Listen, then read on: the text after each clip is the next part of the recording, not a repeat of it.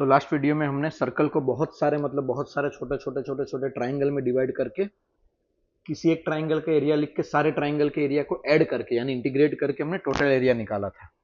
इस बार हम सर्कल को बहुत सारे छोटे छोटे छोटे छोटे कॉन्सेंट्रिक सर्कल में रिंग में डिवाइड करेंगे। तो डायग्राम आप यहाँ पे देख सकते हो।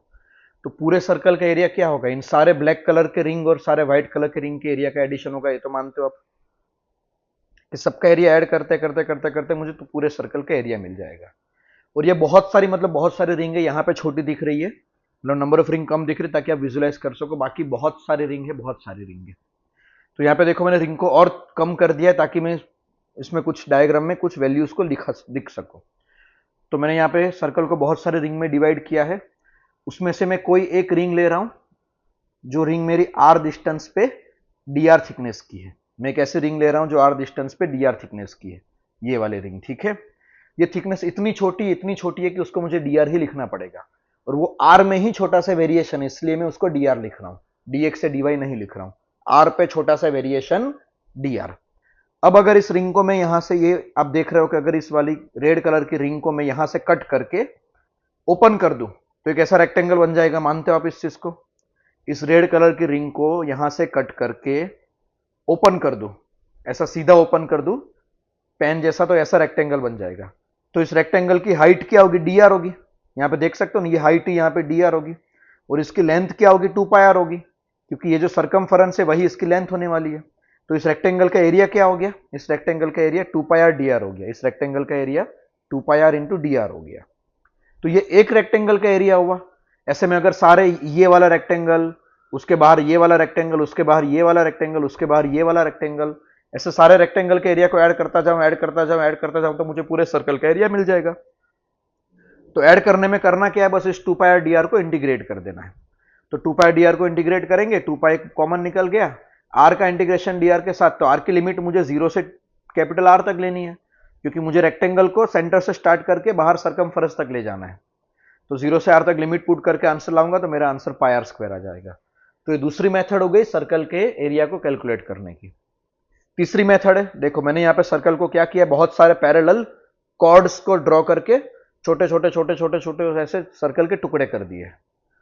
तो अब इस सर्कल का एरिया क्या होगा? इन सारे ब्लैक और व्हाइट कलर की जो स्ट्रिप बनी है, पट्टिया जिसको कहते हैं, इन सारे स्ट्रिप के एरिया का टोटल एडिशन होगा मेरे सर्कल का एरिया, ठीक है। तो यहां पे देखो मैंने कोई एक स्ट्रिप लिया है, तो मान लो मेरे सर्कल की equation x square plus y square is equal to r square है, क्योंकि उसकी रेडियस है कैपिटल आर है। तो देखो यहां पे मैंने ये एक स्ट्रिप ली है, इस स्ट्रिप का एरिया अगर मैं लिख सकूं तो सारे स्ट्रिप के एरिया को ऐड करके मुझे टोटल एरिया मिल जाएगा। अब इस स्ट्रिप का एरिया कैसे लिखूंगा? तो ध्यान से समझना, ये स्ट्रिप मान लो सेंटर से वाई हाइट पे है, और इस स्ट्रिप की थिकनेस ये डी वाई है। यहां पे देखो स्ट्रिप की थिकनेस डी वाई है, वाई हाइट पे डी वाई है। अब स्ट्रिप के इस वाले पॉइंट के कोऑर्डिनेट क्या होंगे? एक्स और वाई कुछ कोऑर्डिनेट होंगे, और सर्कल की इक्वेशन से मुझे इस पॉइंट का कोऑर्डिनेट मिल जाएगा एक्स कोऑर्डिनेट। इस पॉइंट का एक्स कोऑर्डिनेट क्या होगा? माइनस में under root r square minus y square. यानी इस स्ट्रिप का यहां से लेके यहां तक की लेंथ क्या हो गई? ये वाली लेंथ हो गई। तो उसी तरह इस स्ट्रिप की यहां से लेके यहां तक की टोटल लेंथ क्या हो जाएगी? इस लेंथ का डबल हो जाएगा मैग्नीट्यूड वाइज। और इसकी हाइट कितनी है? डी वाई है। तो स्ट्रिप का एरिया क्या हो गया? स्ट्रिप का एरिया क्या हो गया? ये हाइट डी वाई इंटू ये वाली लेंथ, ये लेंथ क्या होगी? इसकी डबल होगी।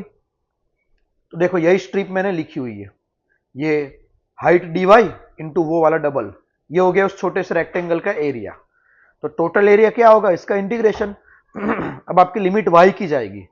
अब वाई की लिमिट कैसे डिसाइड करोगे? तो ध्यान से समझना है। मैंने यहां पे ऐसे बहुत सारी स्ट्रिप बनाई होगी, ऐसी बहुत सारी स्ट्रिप बनाई होगी। मुझे सारी स्ट्रिप को कवर करते जाना है, सारी स्ट्रिप को कवर करते सबका एरिया ऐड करना है। तो जो सबसे नीचे वाली स्ट्रिप होगी उसकी वाई लोकेशन क्या होगी? सबसे नीचे वाली स्ट्रिप की वाई लोकेशन माइनस आर पे होगी, और सबसे ऊपर वाली स्ट्रिप होगी उसकी वाई लोकेशन क्या होगी? प्लस आर होगी। तो मुझे इंटीग्रेशन की लिमिट माइनस आर से प्लस आर तक रखना है, और ये वाला इंटीग्रेशन का फॉर्मूला यूज करके अगर आप लिमिट पुट करोगे तो आपका आंसर आ जाएगा पाई आर स्क्वायर। इतना आप खुद से कर सकते हो।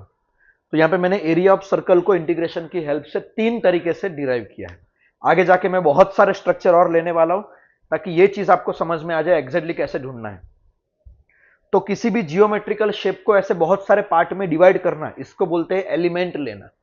इस चीज को क्या बोलते हैं? एलिमेंट लेना। तो यहां पे एलिमेंट मेरा रेक्टेंगल शेप का बना है, यहाँ पे मेरा एलिमेंट रिंग शेप का बना था जिसको ओपन करके मैंने रेक्टेंगल बना दिया था, और यहाँ पे मेरे एलिमेंट ट्राइंगुलर शेप के बन रहे हैं। तो मैं अलग अलग अलग अलग ऐसे एलिमेंट में ब्रेक करूंगा गिवन स्ट्रक्चर को जिसका मुझे आंसर, जिसका एरिया या वॉल्यूम पता है, और उसके सारे एरिया वॉल्यूम को ऐड करते करते मैं टोटल एरिया वॉल्यूम निकाल सकता हूं। तो आई होप आपको ये मेथड समझ में आई होगी। आगे हम बहुत सारे इस पूरी सीरीज में 8-10 वीडियो आने वाले, तो बहुत सारे हम प्रैक्टिस क्वेश्चन करेंगे ताकि आप इसको बहुत अच्छे से समझ सको। Thank you so much.